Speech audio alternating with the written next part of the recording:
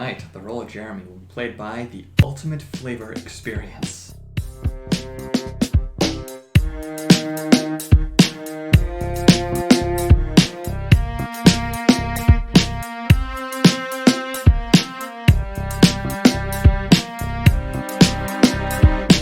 On the cover, the kids enjoy a relaxing picnic at Simone Park.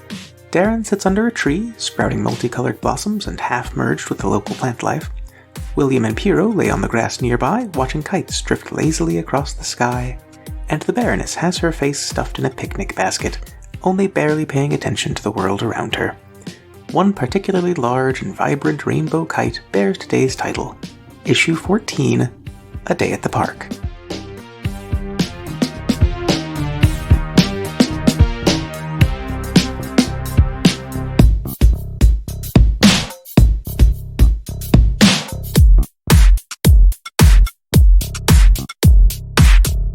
Okay, so we are here at issue 13, and we're going to take a little bit of a breather. We're at 14. We're at 14. Damn it! It was a good try, but... Oh, honey. So my drugs have switched. I'm not on prednisone anymore. I'm on meloxicam, which, among other things, makes me a little bit foggy, a little bit forgetful. So... We just discussed this, Jeremy. We literally talked about this less than a minute ago, about which episode this was.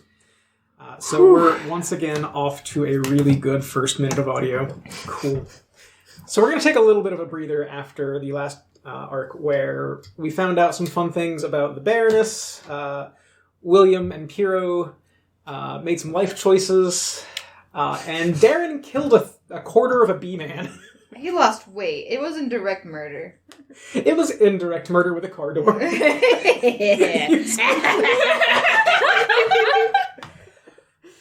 So we open up on a few panels of Simone Park, and Simone Park is not that far away from where William and Piero had their battle with a half of a bee-man. Horace nearly burned him to death. Tony Rex punched her out. Things happened. Anyway. Oh, I saved him. You did. Thank you. Absolutely did. Simone Park is the name of a park, not a person. Yes. Okay. Simone Park. Yes. Is it named after, like, a person? Like Simone Park? It is actually named after comics author Gail Simone. She's my future wife. You also missed Simonson Parkway in there somehow? Yeah, Louise Simonson. Yeah, the Simonson Parkway Bridge. Yeah. Wait, you're going for who? Louise Simonson. Not Walt Simonson? No, Louise Simonson. What is wrong with you? Get your act together. Okay, hold on. New Mutants was a fantastic book. All right, anyway, we'll talk about this one. We're playing a game. We're playing a game. Yes. Okay. Anyway, sorry. We're playing a game. Mom, Dad, stop fighting. Point is, a lot of things in Apex City are named after real life comics creators. Please don't come after me. I love you all. We'll talk about this later. We'll talk about this later. Anyway, so we open on a few panels of Simone Park. And specifically, it's a very large, wide, kind of sparsely wooded park with a lot of open areas where people play frisbee. Dogs are welcome at Simone Park, so there's some people with their dogs, walking around or playing or throwing balls, that kind of stuff. We come in on Darren just kind of hanging out in Simone Park by yourself for the moment. Mm-hmm. Where would Darren be? What kind of thing would you be doing? I think I would have, laid down on the grass and have a whole bunch of roots, spouting out of my arms and, rooting myself to the soil and just, soaking it all in. Oh, that's great. That's great. And there's probably, like a big, nice, sunbeam kind of. Yeah. Mm-hmm. Perfect. It's either awesome or horrifying. I want to use that It could be both. I want to use that as an intro to a flashback that I've been wanting to do for a while for Darren. Okay. So Darren is kind of relaxing and just kind of soaking up the sun. And we get that for a few panels as we kind of pull in on her face. Mm-hmm. And then we get to the next page, which is an entirely different scene. And how long has Darren been on Earth? I would say she's been on Earth for the past 9 to 11 months or so. Okay. Not super long. Not super long? Okay. This is about a year ago. You're in your ship. And I want to establish, first off, what does it look like? Yes. I feel like her ship would be very similar to a bean pod. Okay. Green and kind of lumpy, okay. And different chambers are the little rooms of a bean pod. I like it. So it's definitely something that was like grown rather than manufactured. Yes. Yeah, which kind of fits into that like ethos of Darren's homeworld. Yeah. I love the idea of planting a spaceship seed. Yeah, no, that's great. That's fantastic. So you are coming in really hot towards a little planet that you don't really know much about yet, but it looks very green down there. Mm-hmm. And how are you piloting this? Are you like physically connected to it, or are there controls? How does Darren's ship work? I actually feel like it would be really neat to see the imagery of her being like connected and rooted into the ground be similar to like the ship of like she like you're just like physically connected rooted to it. into it, and it's just like my head and like a vague shape of my body like attached to like the walls of the ship and like rooted into it. Okay. We get those panels, and we get kind of an exterior where we can see that you are coming in at a really steep angle into atmosphere, and as you do, flames start to kind of like lick up around the side of the ship. Mm-hmm. And it is, I think because your ship is to a degree alive itself, it's kind of like screaming in your head that you need to adjust course. Mm-hmm. So how does Darren do that? Like, what are you doing? Or how are you reacting, I guess, at this point?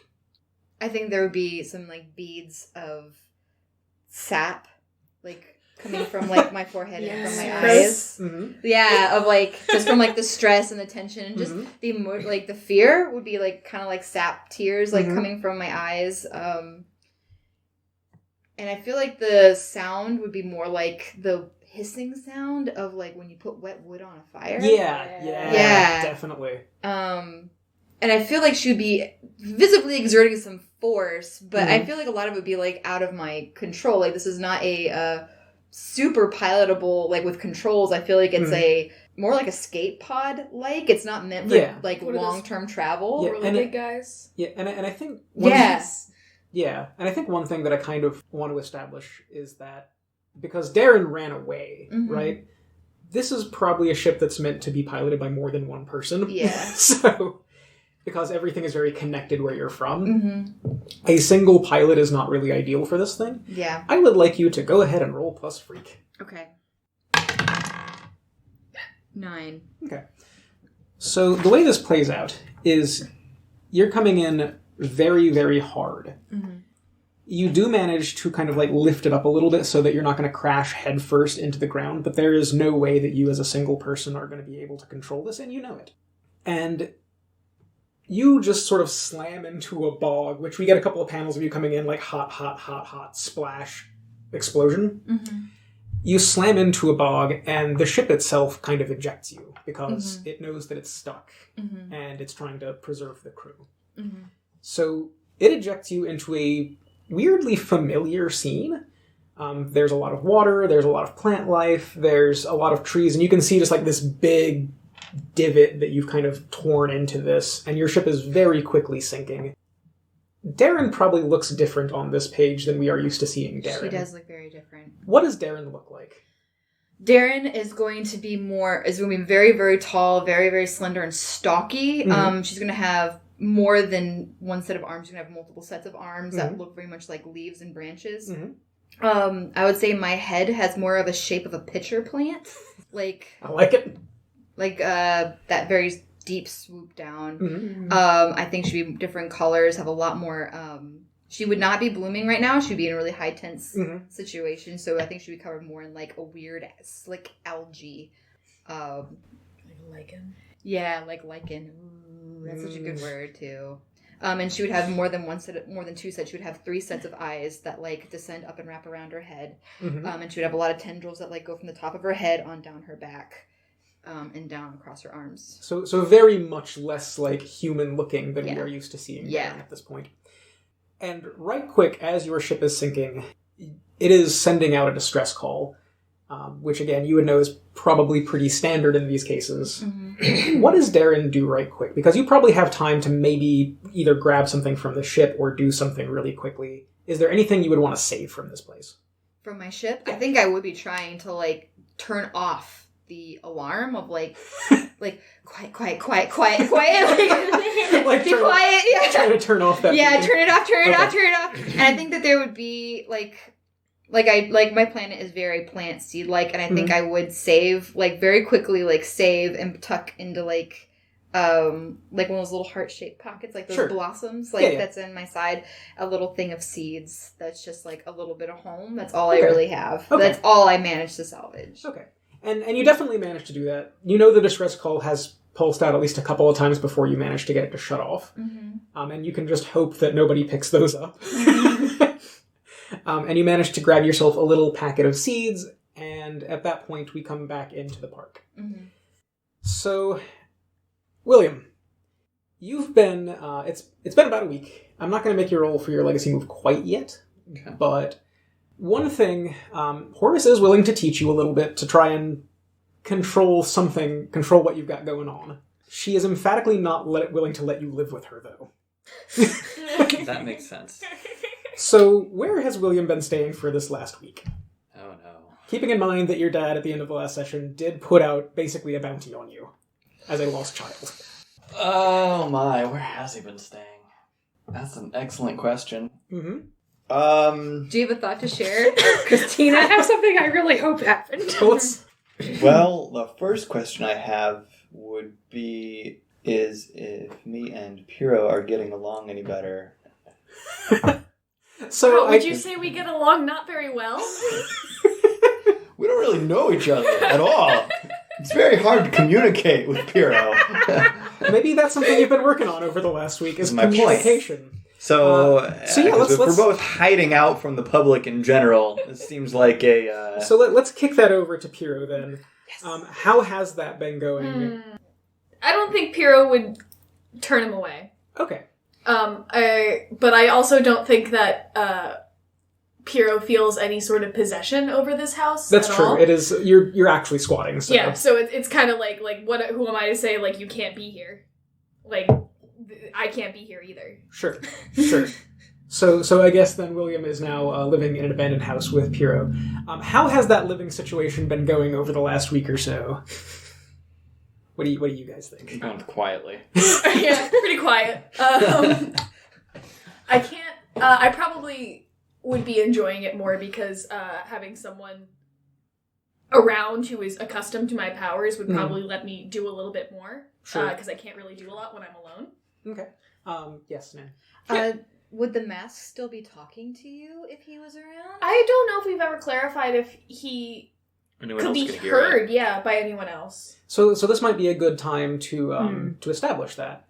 So because there is one other thing that I want to establish right quick. Remember that portal that you opened in Horace's sanctum? I remember. That was just kind of hovering there. It follows you.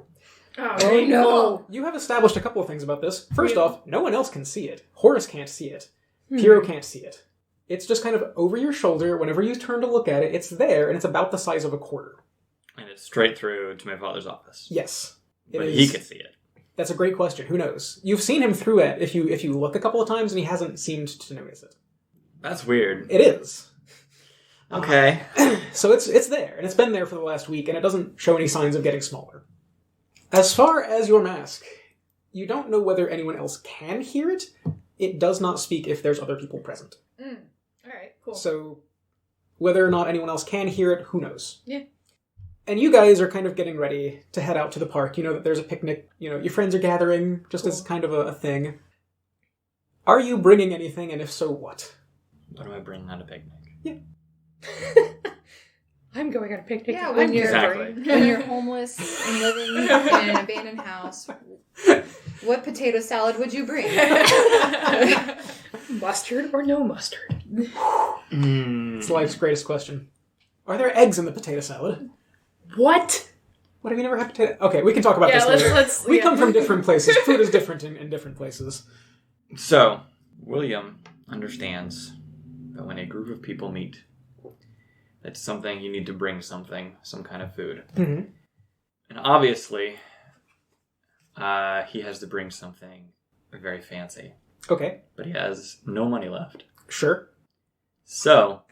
Kmart caviar. Okay, yes. Close.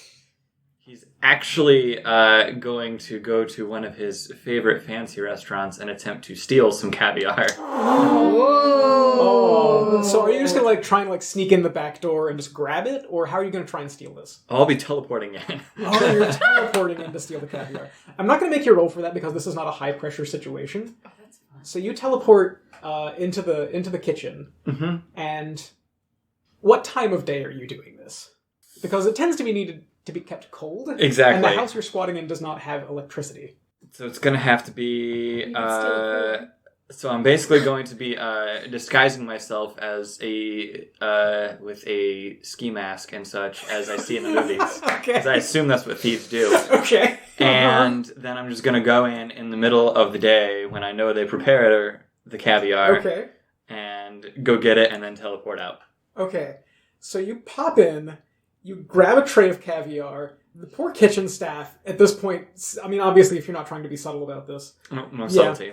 The kitchen staff sees this, and some of them start, screaming. One of them is calling the cops. One of them actually picks up a rolling pin and tries to swing at you. Again, this is a normal person. This is not like a threat to you or anything. But they swing on you with a rolling pin, and then you jump back through your portal. Yep. With a tray of caviar. Yep. Was Piero present for this jump? I would have loved to be present for that. I mean, she might see me. They might see you me prepping Okay. for the whole thing, putting on a ski mask and such. So Would they have asked me? I can't! Exactly. okay. So Right, question mark. I think as you're kind of stepping back through the portal, this is a good time to get to a flashback with William. Is it though? It is. Actually. Okay. It absolutely is, because this is probably the lowest point William has been at in recent That history. is true. I can see Putting it on a the ski page. mask to steal caviar. What did you think he was going to steal? Like something nutritious? No, that's great. I love it. So, this is pretty early on in William's life. You're maybe 7 to 8 years old. Okay. And your parents are off on some sort of thing, and they have left you with your brother Eric, who is at this point probably 12. He's a few years older than you, but not super, super old. And you and William are out in, not Simone Park, not a public park, but one of the nicer gated community parks, right? Okay. Obviously. Wouldn't tread where all those plebeians Yeah, exactly, tread. right? Yeah. And we can kind of see off in the background, Bartholomew the butler is sort of keeping an eye on the both of you, but mostly... Old Barty. And he's, a little bit younger at this point, but again... this is- Young Barty. he's still old. You're only... It's only, 13 years ago? You're what, 17? 17, 18? 17, yeah. 17? Okay, so 10 years. so 12 years ago. All right. You said he's 7, 8. Oh, yeah, you're right. I'm sorry. Naloxicam. I'm a little bit foggy. I'm sorry. You're right. Sorry, you also called me Eric earlier, so continue. I'm sorry. I'm terrible. So you and Eric are out at the park, and this is kind of before your relationship soured a little bit. So at this point, you probably have a good relationship with Eric, and what was that like? Did you think of him as your best friend, your playmate? Did you look up to him? Well, I would say at that point, with that age gap, it's definitely a look up to. Okay. So probably a little bit of both. Obviously, he's the only playmate I have. I don't really talk to anyone else. All the other kids that I actually associate with in school would be very separate. So Eric would be the only one that I can look up to besides my father. Okay. As kind of a go there. Yeah. They would basically he'd be there in that hierarchy. And your father is, unfortunately, kind of distant a lot of the time. Correct. So you and Eric are out in the park, and you're, playing catch. He's throwing a baseball, you're catching it. It's a nice, kind of idyllic sort of scene. Okay. And upon this scene happen two older kids. And as Eric is throwing the ball at you, one of them catches it, and they start kind of taunting you and monkey in the middle, throwing it around back and forth betwixt the two of you. But why? Because they're older kids, and they're taunting you. Oh. And Eric is kind of trying to get them to give it back. What are you doing? Probably just gonna sit down on the ground and start crying, to be honest. Oh. When he sees that, Eric kind of comes over and he ruffles your hair and he says, "Don't worry, William. I'm gonna get that back for you. Nobody messes with my brother. Close your eyes for a minute." Okay. You close your eyes. You hear a brief bout of screaming. And when you open them again, the two older kids are gone, and Eric is just kind of tossing the ball up and down in his hand. He gives it back to you, and he goes, "I told you, nobody messes with my brother." I give him a big hug. And that's where we end that particular panel. I'm so glad, because I wanted to know how many noogies there would be, and you answered my question. With one. With the ruffle. With Just the a ruffle, not a noogie, It's just a ruffle. close enough to a noogie. Okay. So we move back over to William and Piero. At this point, you're kind of entering the park. Did Piero steal anything or otherwise acquire anything to bring? I actually have this note that my character, kind of keeps all their possessions on them at all time. Sure. So they don't really have a lot of things. Sure. But I don't think they would have stolen anything. I think they just would have mimed something. Okay, so you're just gonna mime food? Yeah, I'll mime some fancy caviar. Wait, that's my thing. And I think that's the panel that we enter on, is Piero miming the caviar as you enter the park, and William like, what? Come on! Oh my gosh. Oh, That's just a jerk move. that is beautiful.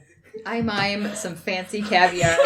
Probably is up there with I mimed a jetpack in my mind. Yeah, they're both pretty good. Oh. It's imaginary, but it's not stolen. Zing! It's not. It's not gonna fill your belly, but it's not gonna hurt your morals. Oh. I own that restaurant anyway. It's not stealing. Come on. I do want to Come establish, back. does William personally own the restaurant or his family? His family owns Okay, then. No, that's fine. That's fine. I just want to It could have been a establish birthday that. present. I just want to establish that. Like, William could. I wouldn't put it past him. No, his family owns it. Okay. William doesn't own anything. And I think that's a good, moment. Weirdly enough, that's not, but I think that's as good a moment as any to go into this particular flashback with Piero. Yeah. Because you're kind of palling around with your pal William, Yeah. and it's, fun and games and We're laughs and pals jokes. now. Yeah, we're pals now. We're friends. And this is Piero in the park with Ruby. Yeah. And the two of you are flying kites. Oh wow, nice. Yep, That's friends it is too. it is a beautiful day in Simone Park. Really, just a few feet off from where you guys are entering. You're in one of these big, grassy areas, and you've got kites. And I want to ask, what does Piero's kite look like? Or I guess Miu at this point. All right. So I had this really sick kite when I was 15. So I'm going to describe this kite. It was a dragon. Okay. And it was amazing. He was the best kite in the world. I named him Cliff Money. So I would like to name this kite Cliff Money. Okay. And he's like a dragon with brown stripes, kind of just a classic, kind of dinosaur-y kind of pattern. And I guess he's got some ribbons. Nice. Some nice black ribbons. He looks really tough. He's the toughest kite out there. He is a tough kite. He's bullying all the other kites. No, he's not bullying all the other kites. He's protecting all the other kites. He's moving. alpha. He's kites. moving, and if you get in his way, He's just going to walk something might forward, happen, yeah. throwing fists. no, he's not going to throw any fist. He's just going to keep going. That's Okay. all. He doesn't need to show violence to Yeah. show his authority. He's the alpha of this He kite is pack. the dragon. He's just in charge. That's all. Yeah, he's large and he's in charge. Yeah. And I'm going to ask you as well, what is Ruby's kite? Just like a rainbow, probably. Okay. Is it like rainbow Rainbow. colored, or is it like a rainbow shape? Rainbow shape is fine. Okay. Yeah, why not? So rainbow shape probably has some streamers as well. Because, Yes, also. Because and kites rainbow have to. streamers. And you've been out here for a little bit. And Ruby is kind of like, so there's a party in a couple of weeks. You don't have to come, but I think you would really enjoy it. And I would love to introduce you to some of my friends. I'd love to go. And at that point, we kind of move back up to these particular kites. And we come back to see, on the other end of the park, the Baroness. Quick question. Yeah. What are you bringing? Right. Because right now we've got caviar and invisible caviar. Yeah, so... And whatever plants Darren decides Yeah. to Yes. We'll get to that in a minute. Lots bring of up. moss. We'll get to that in a minute. Forage. Here's how this went down. The Baroness, back at Kopi, asked Static Jacques what people eat. Whatever Static Jacques would tell the Baroness that people eat, Okay. that's what she brings. So the first thing that Static Put Jacques it would back tell on the you... DM. If you, Come on. you know what? I'm going to have you roll mundane for this. There you go. There we go.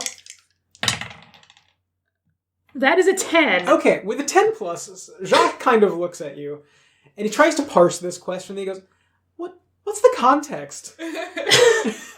We are gathering in a park. Like a picnic? Perhaps. Oh, I love picnics. Usually people bring, sandwiches, or, finger foods are really common. Finger foods. No. Oh no. I could make something if you want. Are you inviting Static Jacques to our picnic?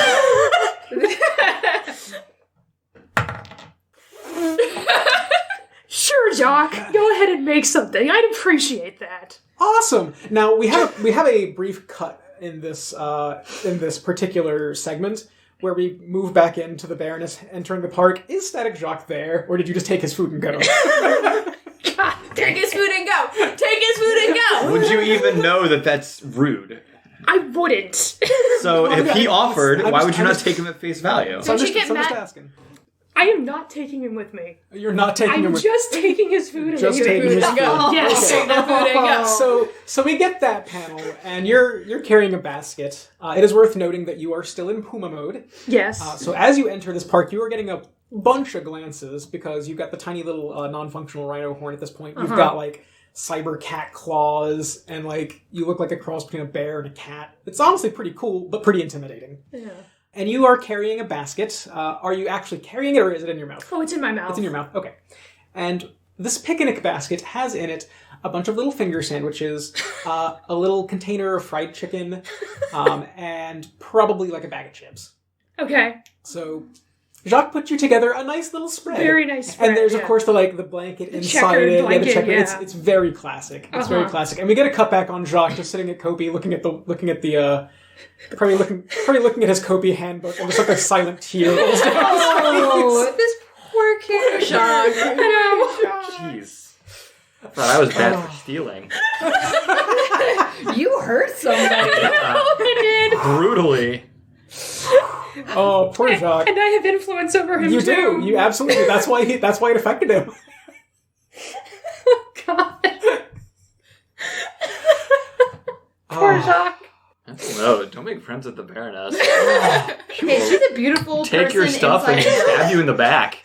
I didn't know. It's mostly just Jacques. He feels we things very don't intensely. know why the Baroness hates Static Jacques.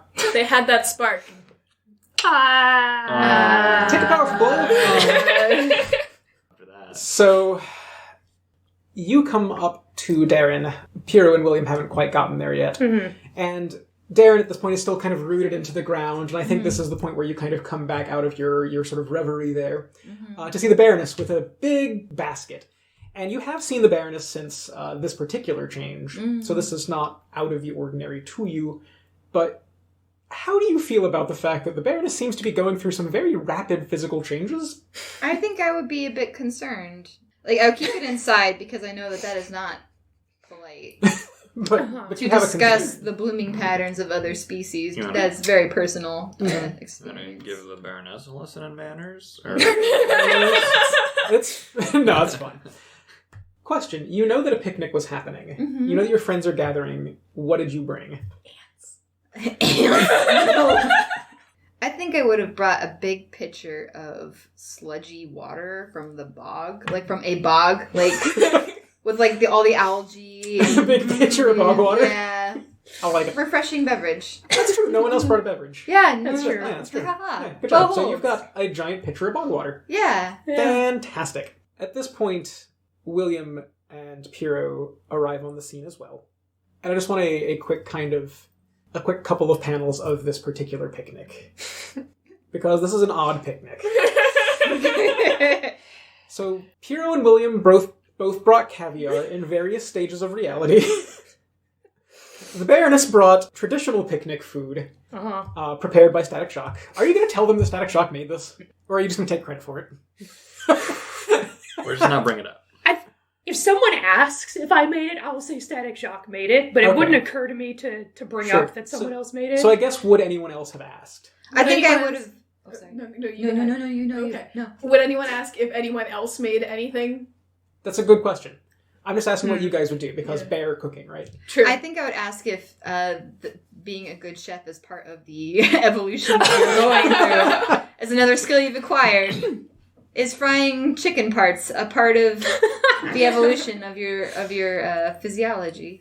That's the point I would say. I didn't fry this chicken. I acquired it from another human, Static Jacques. And he's not here? No. Should he be here? I mean, I didn't invite the cooks who made this caviar. He's not on our team. What is caviar? That's an excellent question. William doesn't know what caviar William is. does not know what caviar is. Well, Darren definitely does not know I'm what pretty caviar is. sure as a bear, I know what caviar is. There you go. As a bear, what are you telling them? I would say that this is the delicious goop that comes out of certain kinds of fishes. Ooh. It's a Fish good- coop. It's a good way to explain it. Fish Yeah. coop. Yeah. Certain Cool. kinds of fishes at certain times. The And best time of the year, fish coop time. fish goop. So I want to get a couple of panels right quick. And I'm going to start over here with Piro. I drink the bog water. So you're definitely having a cool, refreshing glass of bog water. Okay. Are you partaking of anything in particular, or just stuffing your face with imaginary caviar? I would definitely take some sandwiches because it's probably been a while since Pierre's seen like a real nice Yeah, meal and, like and that. he made a lot of really nice sandwiches. Oh, He made yeah. variety. It's not just like Uh-huh. one kind. So there's Some like are even peanut butter. vegan. Wow. Yeah, there's like peanut butter and jelly. Oh, There's like I want the peanut butter and there's jelly like a one. chicken salad. I want peanut Yeah. butter. Oh, That'd be chicken good. salad. Yeah. There's Would also a not tasteful touch arrangement of PB&J. flowers included. Oh, that's so sweet. Yeah, definitely. Wow. Okay. And I would also probably partake in my imaginary caviar. In your imaginary caviar. Yes. Okay, fantastic. And then who would you be, I think, in this particular panel sitting closest to? Because Jacques did send a picnic blanket, in That the is back. true, he So- did. I feel like inherently we're all sitting closest to the Baroness, There- that there- she would take up most to the blanket. There's a reason I'm asking this question. So who are you sitting closest to? Probably William, because it probably just sat down right where I ended up, and if we came up together, I'd probably be sitting right there. Okay. And these panels are taking place not concurrently, but over a period of time. So Yeah. people can probably move around. Mhm. Things can change. Time is fluid Let's- at picnics. Let's move from there to William. William, are you having a cool, refreshing glass of bog water? No. Okay. And are you just eating your caviar, or are you kind of partaking in what else? I will not eat PB&J. Not eat PB&J. I mean, there is a is- nice chicken salad. I will partake of that. Okay. There's also fried chicken and potato chips as well. Mm-hmm. We're going to go for the salad. Okay. That makes the most sense. Okay. It's got like I can only stoop so low. it's Thievery is one thing, PB&J is another. masked thievery is okay, kids. Peasant food is not. Yes. So and in these panels, who do we kind of see William interacting with? I mean, I feel like he's just trying to branch out and talk to everyone at this point. Now, if you want a specific... Yes, yeah, specific person. Then randomly go for the Baroness. I want to know Okay. more about these transformations. Yeah. Sure. And I think again that's a good couple of panels, is talking about that particular thing. Yeah. What would you tell William about this? I wouldn't tell him everything I know. I would not mention Armiger, Okay. having found out that his family owns it. Yes. I would tell him. I would probably tell him about Cybersource Hex, Okay, because that's magic, It and is. William is magic. that's true. Are you going to tell him that Hex's armor is actually your armor from the future? I'm not going to say that. I'm going to Okay. say it's very similar. Okay. It's made by the same people, at least. Okay, it definitely is that. Yeah. All right. So as you're talking with the Baroness, because again you're a bear, you don't have human kind of tells, Mhm. and this is something for the Baroness. Is it obvious on the page that you're being a little bit of evasive, that you're maybe holding things? I would say there's a few panels where, like, maybe William lifts an eyebrow and you just have a picture of, like, a blank bear face Okay. Okay. in response. So I think it would be kind of obvious on the page at that Yeah, I point. think so, the reader would know. I'm so holding the question stuff for back. William then is, if you know that the Baroness is holding some information back here, Do I want to try piercing the mask? exactly. Yeah. Do you want to try and get more information there? I mean, logically speaking, if I feel like she's holding something back, then I would at least try. Okay. So go ahead and roll to pierce the mask. I am consistently angry, however, so... You are angry at this point, which and could make this the my best. mundane is very low, It's- so It's this is going to be interesting. We're in the could- same you boat. could Mark just some fail. potential. That it's You just could. That's a true. potential waiting to happen. Yeah. I have a -4. Well, benefit. The most you can subtract from a roll is 3. Oh, really? Yeah. I didn't know that. Yes. Well, I rolled a 4. Okay, so you Still got failed. So There's really a limit to how much you can subtract from a roll. there's a limit to how much you can add and subtract. Is it 3 in each case? It's 4 add, 3 subtract. Okay. Didn't know that. Yep. I'm going to mark potential on Yeah, that. go ahead, mark potential on that. Are you going to directly ask a question here, or is this just you trying to figure out what she might be dancing around? I would say I'm just trying to figure out if she is hiding something. Okay. So one of the cool things about this is that a miss is never just a miss. Okay. Right? So you know that your family did just get a lot, did acquire some high-tech companies. I researched this myself. You did. You know that the Baroness is being very evasive about Cybersaurus Hex's, armor. Okay. And I think the conclusion that you can kind of come to there is that maybe he was working for your dad after all. Because that's a bad conclusion to come to. Yeah. So from there, funny enough, we're going to move over to the Baroness. Okay. Bogwater, yes, no? No, I'm not going to drink the bog water, but I do have a water purifier built into my cybernetics. Where is it? It'd be like an extra tooth that descends. I was going to say it's in my paw. It's in your paw. I can sort of pour it through my paw and And it it filters out clear water. Oh, that's perfect. Okay. You know what I'm saying? So if I'm scooping it up. Yeah. So I can filter out some water for myself. Okay. So we got a couple of panels, and at this point, is Piero maybe looking at the Baroness like, why didn't you offer this to me when I was drinking bog water? No, I think Piero is fine with their decisions. Piero's fine with the bog water. Okay. I can also carbonate it for you if you'd like, William. Wow. That's fancy. Yeah, no, that's fair. That makes sense. I only have to the water purifier I get, but why would you have a carbonate? For flat soda. You know what? Let's go with it. Whoever built her definitely had the thought in mind. If she doesn't become a super villain, a hero, she could definitely be a high-end, Listen, bartender? Water. Yeah, bartender. If I was a hero, or It's if I was repurposed someone tech. who consistently fought like flat sodas, and I didn't have the power to like recarbonate those sodas, I would also become a villain. Yeah. I mean, you should be asking William's dad why it's in there. Yeah, no, right? Or at least the whatever engineers put you together. Yeah. Okay, so aside from that, Yeah. are you partaking of the imaginary or real caviar? I'm partaking of both. Both. Okay, so it's like one in each hand. I'm just kinda- eating everything. Just eating everything like a bear would. Which Yeah. caviar is better? That's a good question. Well, the thing about the imaginary caviar is it's always going to be the best caviar ever because it's whatever my mind thinks. That's true. But I don't want to tell William that because I know enough. You're pretending to enjoy the... In William's mind, the caviar is the same.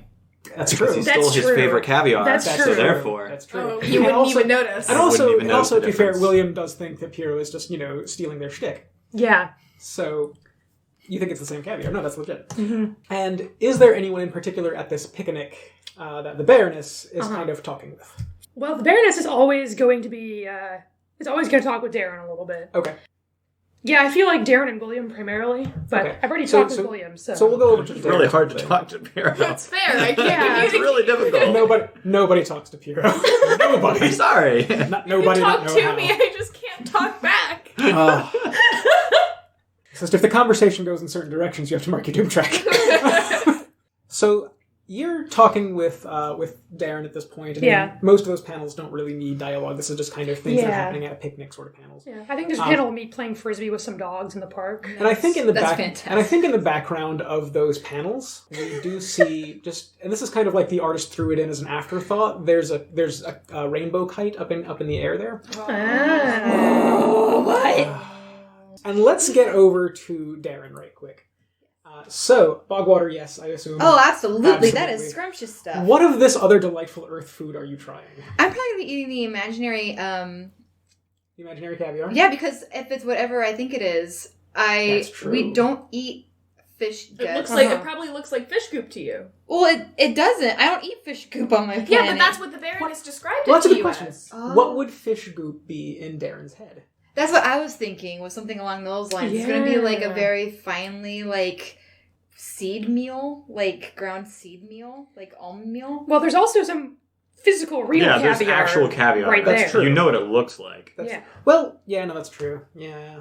You just don't know what it tastes like or what it is. Yeah, so it probably looks the same, but it tastes like whatever you imagine fish goop On The my best thing planet? the Baroness has ever Yes. tasted to taste like. Yeah, I think it would be like ground meal. Like, Yeah. that Okay. looks like that. So you're Yeah, trying yeah. some imaginary caviar. Yes. Are you digging into any of the rest of this, or is that kind of what you're I sticking might with? have a peanut butter and jelly sandwich. My very There- first one I've Your ever very had first my one? entire life. There are Okay. cucumber and watercress sandwiches. Ooh, yeah, no, there definitely are. Static Jacques is, Yeah. no, Yeah. there definitely are. He's that kind of guy. Yeah. I'm gonna try my very first peanut butter and jelly sandwich. Okay. hmm Uh, And I'm gonna have some tendrils, like, just gently, like, petting Piro. Gently petting Piro. Consensually and Yeah, gently. yeah. We're friends. Yeah, we're friends. Yeah, so That's how I like we it. don't I need like it. words to speak to each other. So I guess that Thank answers you. that particular Yeah. question. Do you find this a meaningfully comforting move, Piro? Oh, yeah. Okay. Absolutely. Go ahead. I feel the love. Go Aw. ahead and roll the comforter support. Oh boy, howdy. 9. And assuming you don't have the 9. is so angry. you are not. Yeah, you are angry, right? Oh, I am You are angry. angry. Yes, That's so negative. 7. That's still a 7. Yeah, same thing. That's still a 7. All right. So, do you want to, Hero, clear a condition, mark potential, or do you want to open up to Darren and shift labels? Shift my labels or Yeah, shift your labels. Does it say voluntary or does Darren shift her labels? No, this is Hero shifting their own Okay, I'm labels. just trying to Yeah, just yeah. clarifying what happens. Do you want to open up a little bit to do one of those two No. things? Well, so I have 3 conditions and no potential. Okay. So I don't know what I'm gonna do there. I'm just gonna mark potential. Okay. I'll take And that. and how do you kind of open up for that? What am I doing? How lean am into it. just Yeah, like yeah. leaning into it? Okay. Yeah. I'll just be like, so nice. I think What a I good think, hug. I think that works on the page. I think that's fine. Yeah. Okay. That's so cute, though. No, it's It a is. really cute scene. Yeah. They're an adorable mime. Yeah.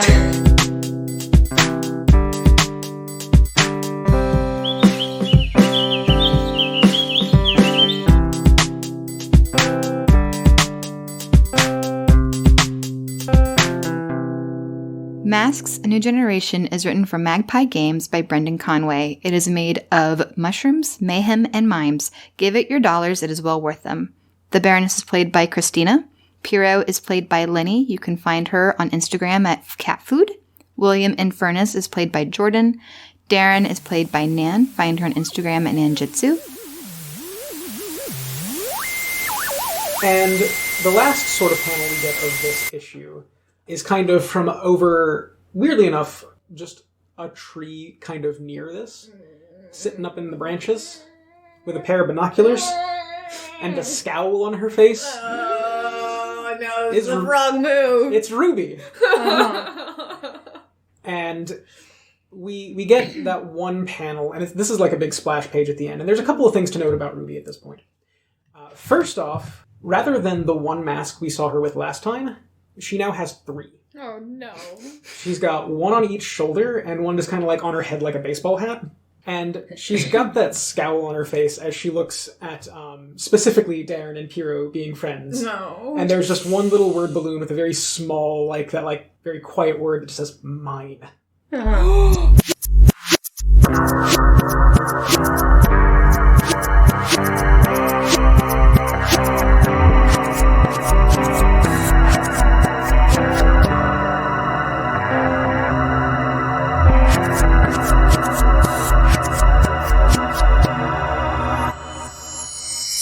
Apex City is jammed by Jeremy, who also writes the music and edits this podcast. Our album art was provided by Ash Brandt. Find them on Twitter at CinderBrandt or Instagram at Brandt.ash and on Tumblr at Kimmins.